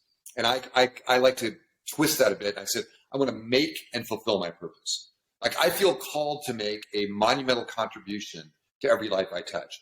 That was a thing that came to me decades ago. And my whole life is about pursuing that and helping to make that happen, right? Because if I'm just doing it for me, that's narcissistic, self-satisfying. I find that I get a ton of satisfaction out of helping other people accomplish their stuff. Because in that, I get, right, it's a feedback loop. I get to contribute to somebody's life in some meaningful way, right? I get to do it through biochemistry and neurochemistry, as well as just, guidance. And then what happens is I feel better and I learn something from their experience with that. And they tell me these stories and they help guide me.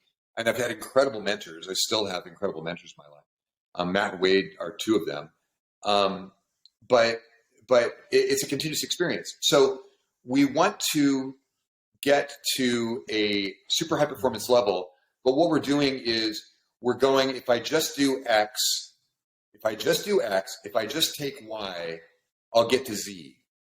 And in reality, what we want to do is say, if I woke up on a desert, the plane crashed, I'm on the deserted island, I've got Journey's greatest hits, I've got the best of Rush, and I've got a Steely Dan album collection, and no batteries in my iPod. What am I going to do, right? And so what is the thing you can do that's consistent, that anybody can do? It doesn't take an exogenous anything to do.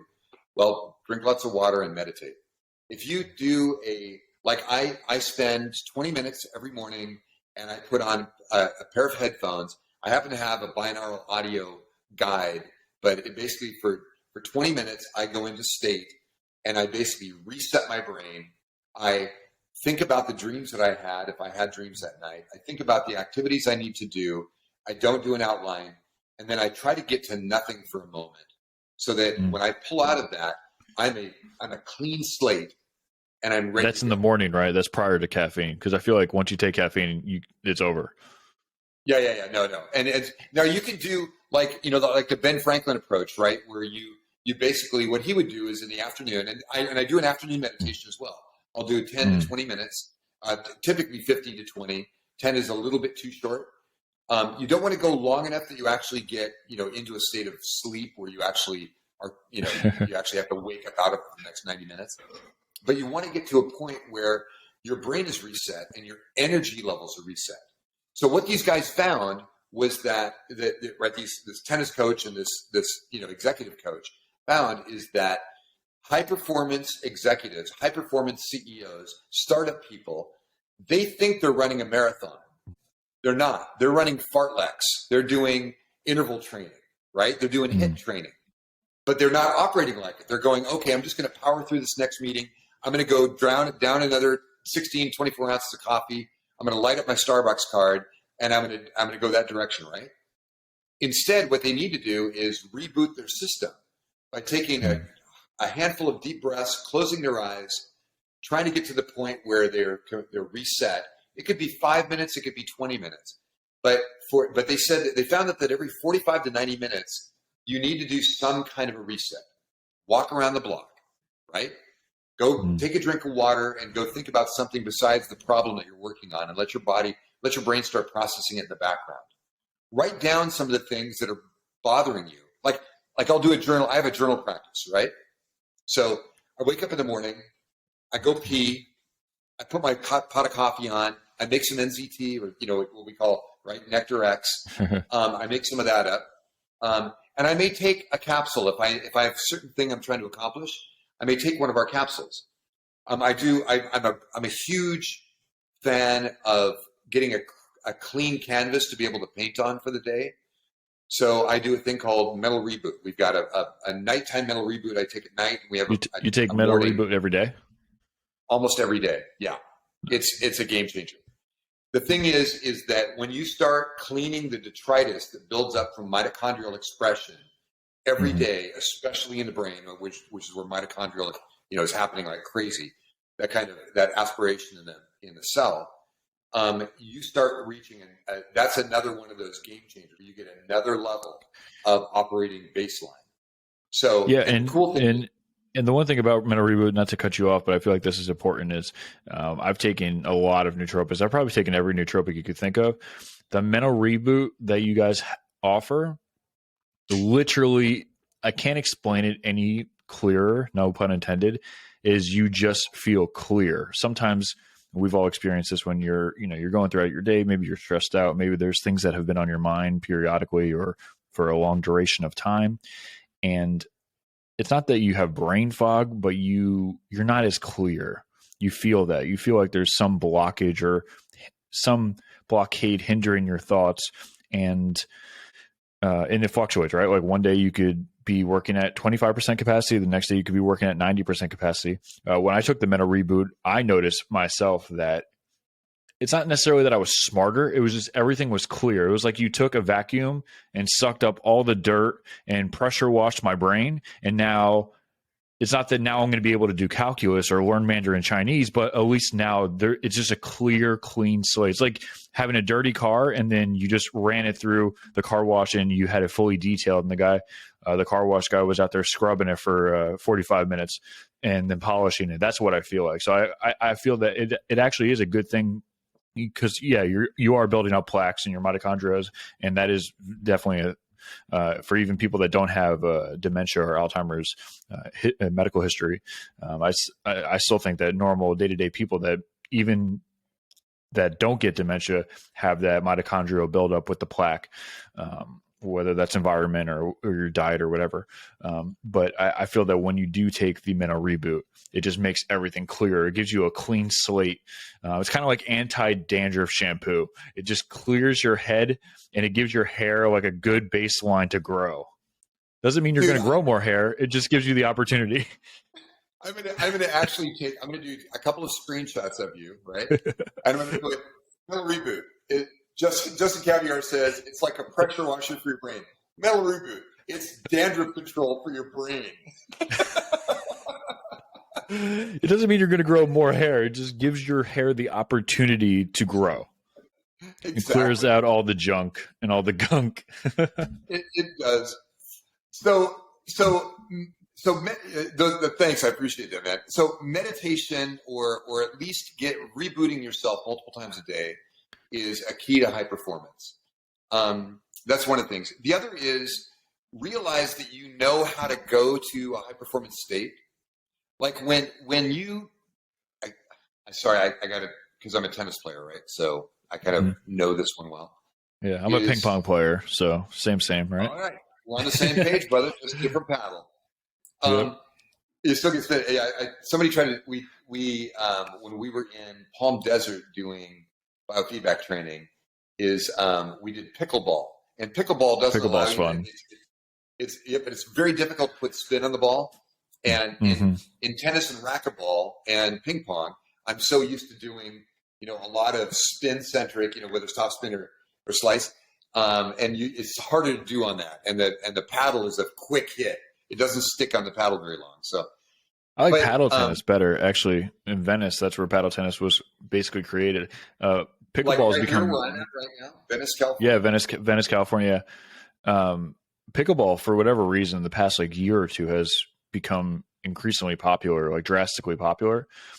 But I like paddle tennis much better. I used to play it out there when I was in Sherman Oaks. We used to go to a tennis court in Sherman Oaks, and we used to play paddle tennis. And you're basically using the same racket, but the ball is different. And I can't remember if it was if it was actually like a tennis ball. I think it was actually. It was a tennis ball. You're using a tennis ball, but you're using like a pickleball racket. Okay. So I liked it better because the pickleball, it's a wiffle ball, so you don't really get that oomph. It's kind of like playing wiffle ball, but with paddle tennis, you can actually hit it, but you're on a small mini court. It's different. I like it better. I feel like when you hit it, you get more oomph. You can feel it. It's like playing a piano that is like a hammered on is a real keys versus the fake one, weighted keys versus the fake ones. Yeah. Yep. Yeah. I used to have a recording studio, and synthesizers just lacked that feel that you had. Yes. From weighted keys. Yeah. Yeah. Exactly. So meditation is one. The other, I think, journaling is really critical. I think that writing down, like just sit down with a pen and pencil with no objective but to just write. There's a thing called morning pages that Julie Cameron, outlines in The Artist's Way. Really highly recommended. You don't even need to read the book, although it's not a bad book to read. But just understanding that there's a bunch of stuff locked in your head that you're managing every day, that if you didn't manage that, you would have a lot more bandwidth available. And the way that it works is you wake up in the morning, like go take your pee so you're not feeling that pressure. Go maybe prep your coffee or whatever, and then write 3 pages before you're even awake. Write 3 pages front and back, no editing, no outlines, no grammatical control, nothing. Draw pictures if you have to, front and back, just as fast as you can. Just write the thing and just let it stream out. You'll be very surprised at what comes out. You don't have to read it. You're just getting the shit out of your brain, the shit that's been hanging out there, taking up space, taking up time, taking up cycles, and you get it out. And then journal. Grab your coffee, kick back, and journal. And what I found, like when I was going through, my wife and I had separated, and it looked like it was going to be an inevitable divorce. It was back in 1999, 2004 through 2004. And what I do is when I started journaling, I'm living in a really nice condo in Newport Beach, just a couple houses down from Dennis Rodman. And so I'm in a nice street. I'm in a great place. It's perfect weather, super nice people, I was surrounded by wealth, and I had an incredible, I had just sold a .com, and I was running a large incubator in Southern California called techcoast.com. And so I had an incredible life. I'm working with venture capitalists and angel investors, and my life was really, really sweet. And I was working with Trike, a startup company called Trike, and helping get them going, and it was great. And I got to trike around the Back Bay every day, a 12-mile trike ride, man. Just totally. And then I'd hit the variable weights, and I was getting really good build and feeling great. And yet I was feeling like shit because I had this emotional overhead. And so what I would do is I would start writing in my journal, right? And the first paragraph would be, my life sucks. I'm not seeing my kids every day. The woman I love doesn't love me back. And, all these things, right? I couldn't get more than a paragraph. I had this great girlfriend, Laura, who gave me this journal that was like an 8.5 by 5.5 journal, and a Mont Blanc, a really nice Mont Blanc pen. So a very high-end pen and a great journal. I would get 1/2 of the first page where I would just complain and bitch and moan about my shitty life. And then I would look at it and go, you're such an asshole. Your life rocks. Everything, you've got more things going for you than you have against you. You're healthy, you're young, you're vital, you're a good guy, you want to change the world, you're impactful, you're making a difference, right? And suddenly by the end of it, it was a love letter to myself that helped get me out of that funk. But I had to do that. I had to get rid of the shit to allow room for the good stuff to flow in. And rewrote my brain. It rewrote my brain. It was such a powerful experience. And that's something that anybody can do. Doesn't take newts, doesn't take meds, doesn't take anything. And a little bit of exercise combined with that was a game changer. Every Sunday, there was a nice coffee shop, a small coffee chain down there in Newport. I would go on 17th Street, which is the dividing line between Newport Beach and Costa Mesa. And I'd go to this coffee shop. I would grab my coffee, and right behind it was a little tiny omelet breakfast place that had a bowl of fruit, and then they would make an omelet for you. And it was $5. $5 for an omelet and a bowl of fruit. It was incredible. So I'd have my coffee, which cost $5. I would have my fruit and omelet. It was $5. And I would listen to these really cool people talk about what's going on in their lives, just hanging out. And that was so invigorating to see that life exists outside of this little microcosm, this hermetically sealed environment that I am, and that I could inject myself into that. I could say hi to them and be part of that. I could invite them over, or they would ask me to join them at Billy's at the beach and listen to the acoustic guitarist, hanging out and playing. Or we go it's so true. That's such a nice area too. Like Newport Beach down there. It's beautiful. Oh, it's incredible. Yeah, it's incredible. I love Newport Beach. I would never move back to California, but definitely when I visit Newport Beach it's up there with places that I have to recheck into. So when I need to come down to Florida, and you gotta share with me the Florida experience and how it's too nice down here. No, it's similar to like California. Yeah, it's similar to California, but different. A little bit more. Well, the humidity is drastically different than California. But yeah, now Florida is the underground king. Most people now people are moving here because of Tom Brady, because Super Bowl champ, and they want to see Tom Brady play. And now that he's coming back, and plus the real estate here, I think the top two places for the most up and coming real estate markets was Austin, Texas, and Tampa, Florida. So a lot of people are moving here. So the economy relatively here is good compared to other places. But yeah, I don't really like talking about it because I don't want people to move here because the city's not built. It's kind of like Austin. It's not built for massive amounts of people. But now massive amounts of people are coming in. These giant fluxes of people are coming here and migrating here. And I don't like talking about how good it is because pretty soon it's going to get to the point where it is like in LA where they have to expand the city or it's just a big clusterfuck. So it's funny when our executive assistant Nuria, when she books plane flights for me, if I'm going to California, anywhere in Southern California, I fly into John Wayne or Long Beach, right? Because if I fly into LAX, that is a guaranteed 2.5 to 4 hour excursion. If I go to John Wayne, you literally get off the plane, or like I just flew into Santa Barbara recently. Same thing. You get off on the tarmac. You literally get off on the tarmac. Same thing in Long Beach, and it's incredible. It's done. It's not. Yeah. So anyhow. Yeah. So Santa Barbara has their own airport, so you just fly into Santa Barbara. They've got a great. It's like a little dinky one.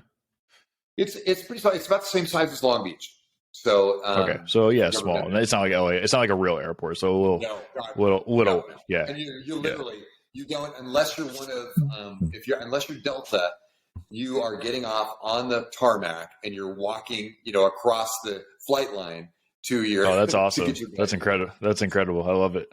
Hell yeah. Yeah, it's great.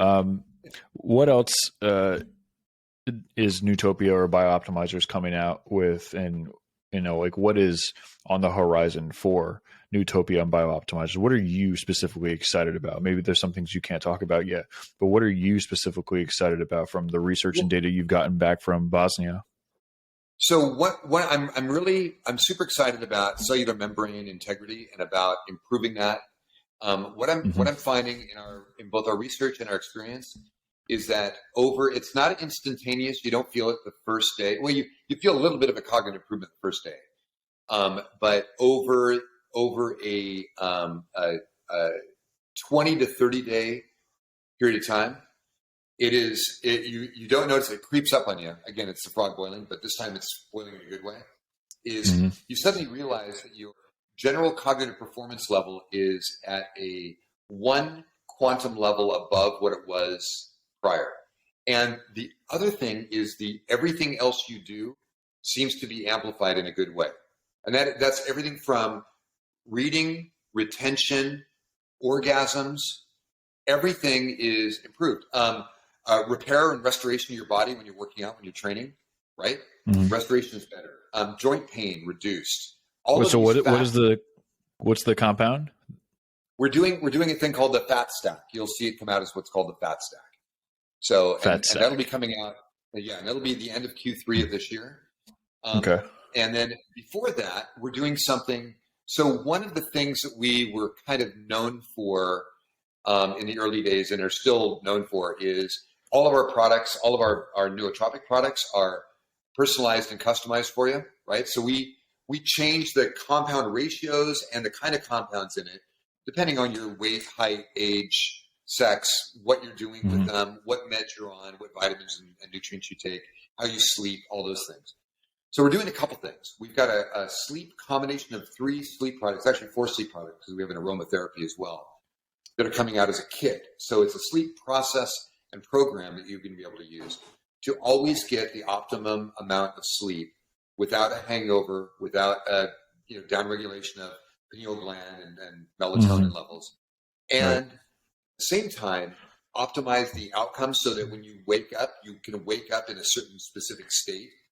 Do you want to wake up with focus? Do you want to wake up with happiness? Do you want to wake up with clarity? What is the thing you want to accomplish there? So that's what I'm really excited about. Another is we're doing a combination. We're doing a 1-2 combo, right? That it is a product called. We're doing naming right now. We actually have a $3,000 challenge with our employees. Is whoever comes up with the best name wins, right? So, I'll take it. I'll give you the best name right now for free. I love it. You're in. We're signing you up for it. Right? So just to give your name. So it is a combination of Dopa-Drop and Euphoria. These are 2 capsules that I designed over the last few years, and they've been in practice, and we've done a lot of bulletproof testing with them, and they're fantastic.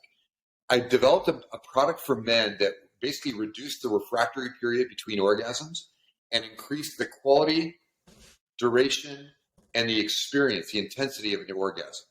So that was kind of its initial thing. And I built it for a couple things. Is people that were Facebook addicts at the time, this is when Facebook was bigger than Instagram, right? That's when I originally developed this. Is 12 years ago. Dopamine, right? The dopamine hit you were getting. I wanted to help people recover from that dopamine hit. And because what we were finding in kind of this, it was anecdotal research, but there was enough of it combined that we could start making some prognostications, is that the dopamine hits that people were getting from social media were overcoming the tightness in relationships that they were having with their significant others, because their sexual gratification and unification was being reduced. So when you get more of a high from getting a like on Facebook than you got from sexual engagement with your significant other, that's a problem, right? And then you get, like, I just did a podcast yesterday, and the gentleman on the podcast was talking about basically the reduction in testosterone levels in males, and which is microplastics.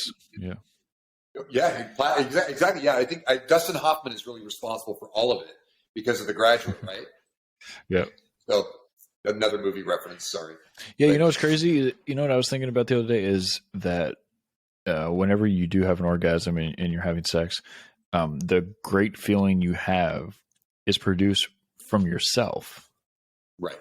Isn't that weird to think about? Because you don't think about it like you know that's why, but you don't necessarily think about it in that aspect. It's been freaking me out lately because I've been thinking about this, that when you're having sex, the good feelings that you get comes from your own body. It's not even from the other person. Now, I know there's other things that trigger it, but if you really think about it, you are fucking yourself. That's true. Well, I think why masturbation is so popular. It's just so crazy if you think about it. You're like, all these good feelings are coming from my are getting released from my brain, and it's fascinating to think about that you do something with somebody else, but the good feelings are coming from your body producing chemicals. It's very strange. If you get a chance, that, and I think you'll love this. There's an Amy Schumer. Beatbox Boyfriend is the episode. I highly recommend everybody at the end of this go to YouTube, go Beatbox Boyfriend, Amy Schumer, and it is incredibly funny sketch that was done, kind of about that, but to a certain extent. Anyhow, yeah, I'm definitely gonna have to watch that. Yeah. Oh, it's great. It's a 94 on IMDb. So, so there's that aspect.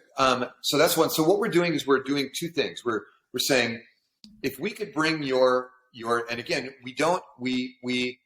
this is a 3.5 stage dopamine release mechanism. So you take this capsule and it gives you some immediate dopamine, and then it does a 2-stage process to release more dopamine.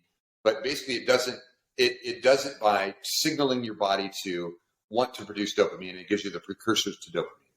So it's not going to downregulate your dopaminergic centers. It's going to actually just give you the precursors that does it. But then also does signaling to help you produce it. All right, so that's phase 1. When does that come out? That's coming out in the end of June. So the end of June we'll have that pairing. And then the other side of that is we said, okay, now that we've got a lot of dopamine available, what would be interesting? Well, I created a capsule called, we're currently calling it Euphoria, YOU, number 4, EA, Euphoria, right? And speaking of self-satisfaction, right? And so Euphoria is a triggering component that basically does a monoamine oxidase inhibition. So monoamine oxidase is an enzyme in the gut that breaks down phenylethylamine, which is a naturally occurring component in the body that gives you a euphoric feeling.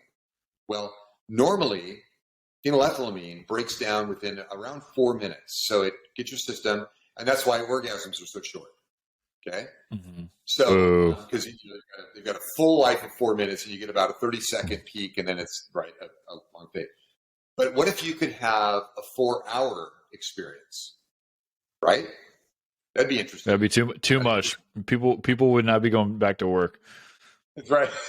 Too much. They're way too much. We need to be more productive. You're like, why didn't anybody show up? Oh, they got that new Nootopia product. Yeah, it's like nobody's like, there's nobody here. Like they never came back from lunch break. But they're really happy. They're really happy. Yeah, they're really happy, and they work one day a week. Yeah, but man, they work like hell, so they can afford Euphoria, right? So, so if you take and you mitigate the monoamine oxidase enzyme, right? So you basically push it down, then the phenylethylamine will last for a much longer time. And so if you do that, you combine it with a couple of other elements, including a new phenylethylamine molecule that actually is a natural stimulant at the same time. The outcome of that is incredible. So now you've got excess dopamine available, but you're not like, it's not, like you're not rolling on it. And then you have the ability to activate that in a meaningful way to give you a much higher state of potential euphoria.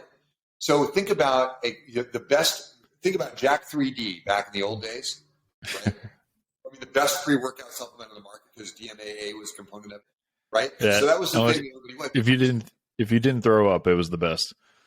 Right. I had so many people that would drink that, and they would take it they would take it as a pre-workout. They would work out, and then they'd go to work afterwards, and they would get sick during work, throw up, and have to go home.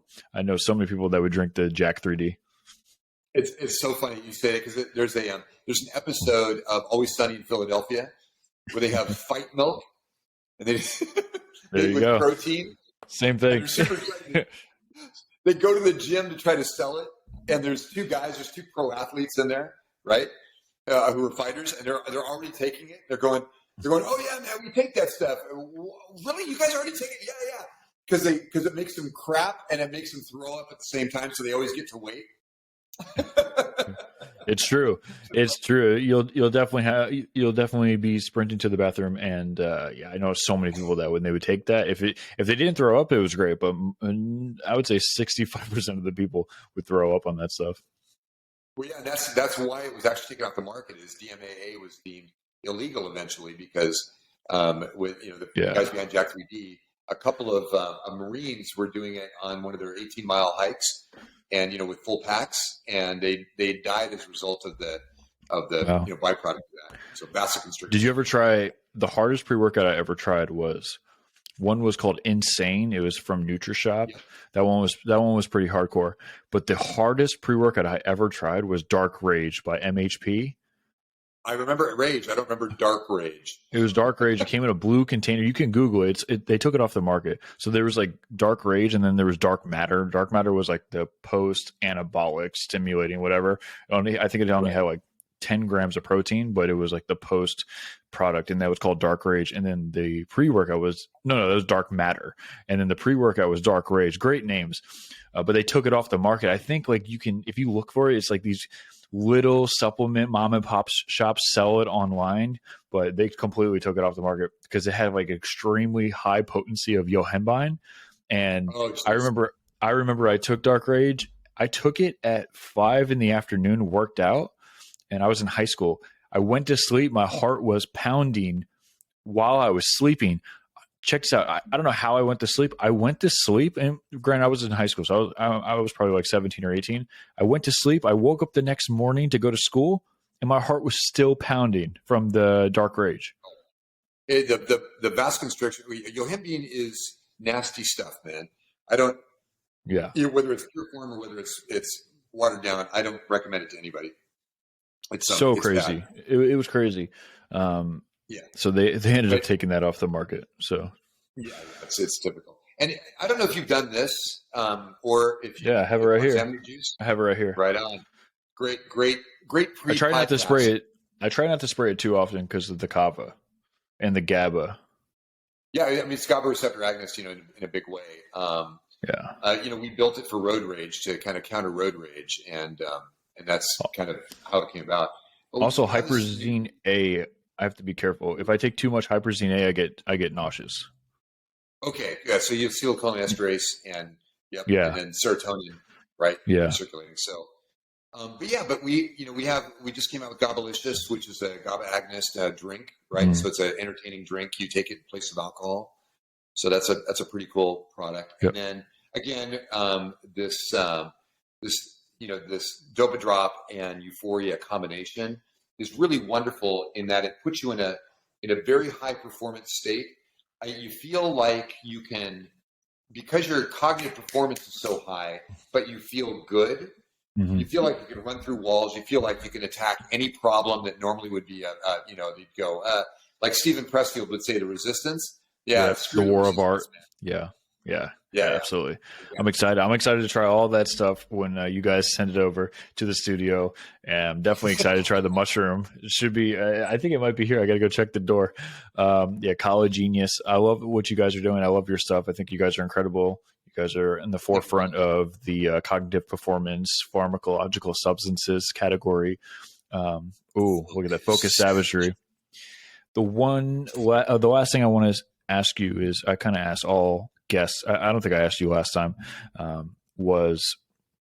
it's more philosophical, right?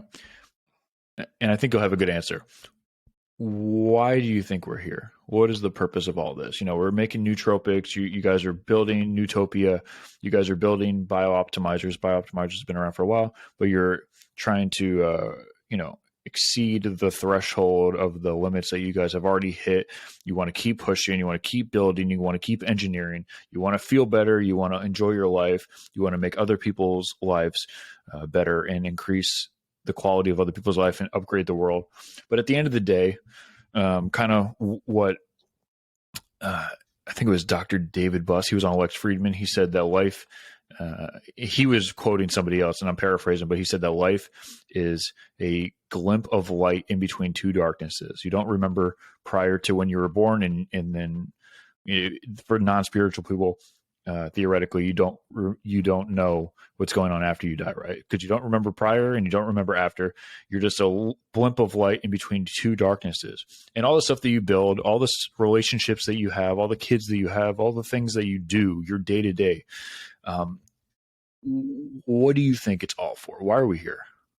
I think that we're a non-tragic experiment. I think that we've clearly biologically evolved from the primordial ooze. And I think that we were the fortunate ones.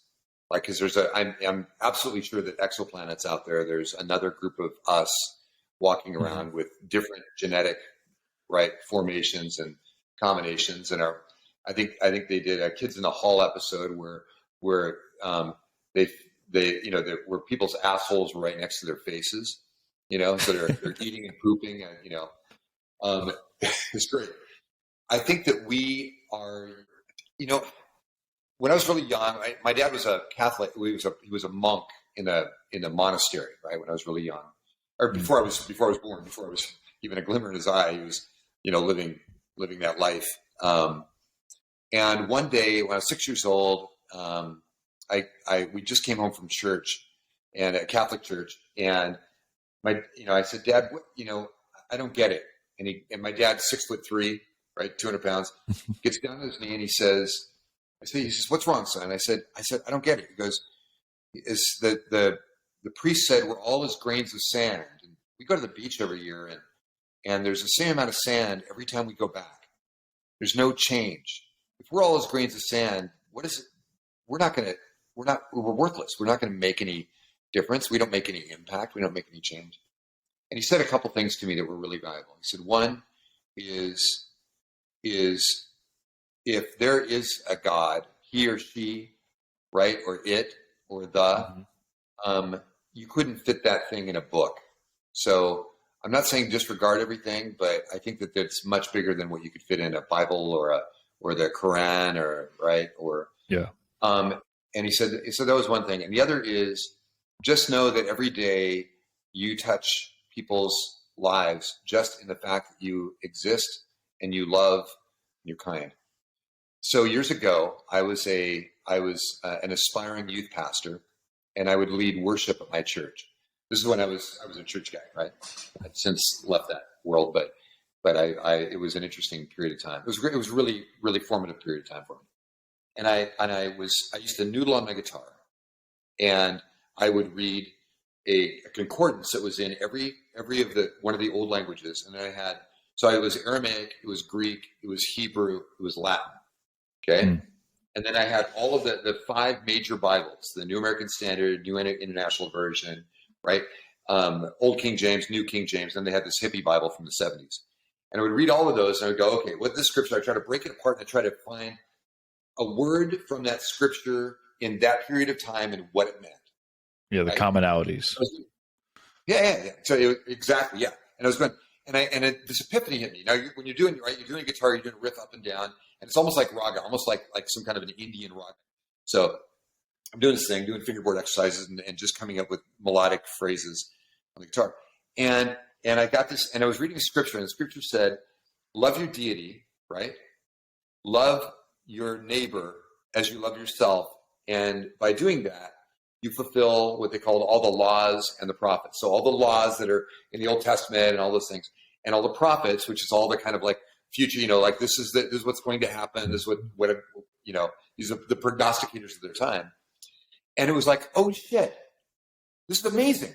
I'm trying to find the Aramaic for the word "the" in a piece of scripture, and it's bullshit. And I literally came to me, it's go, you're masturbating on the word. I was 21 years old, right? I was masturbating on the word. And I was going, oh my God, this is it. And I don't love myself because in the church environment I was in, which was actually a pretty good environment, we didn't emphasize how great you were. We emphasized how broken you were. We emphasized how messed up you were. We emphasized how sinful you were. We didn't emphasize how awesome you were, how much you contributed to it, right? Yeah. So was that. So I went to church. I played, U2 40 and Triumph Fight the Good Fight. And then the pastor Brad says, does anybody have anything to share? And I said, yeah. Guess what? We're masturbating on the word. I'm trying to break apart the word "the," a freaking connector word, and it doesn't matter. Why don't we just go out and love people? Because I feel like crap. I leave here and I feel like I did as best as I could and it wasn't good enough. And you know what I mean? And so I think that for us as human beings, our purpose is to elevate the other people around us. And in doing so, I think that we're going to create the next generation, the next echelon of our capacity. I don't know if it'll be human being. I don't know if it'll be a hybrid. I don't know if we're going to have, an engine that we plug into ourselves or that we replace, or a new memory, compartment. Say, I want to act like this or be like this. I mean, if Bruce Jenner can be Woman of the Year a year after his transition, anything's possible, right? Yeah, I think the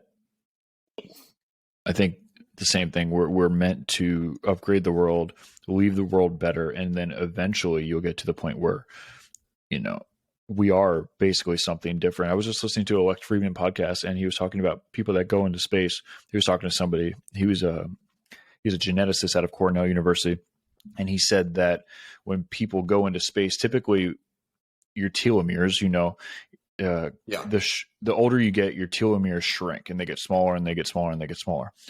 And when you go into space, now they have enough research and enough studies where, anyone can go to space if you have enough money. And they're doing these geneticists are doing studies on these different, females and males that go into space. And he said that what was funny is you would think that by going into space with the radiation, your body would be inflamed. It would break down the body, and your telomeres would be shortened. But it was actually the opposite. When you went into space, your telomeres got longer. Your body adapted to going into space.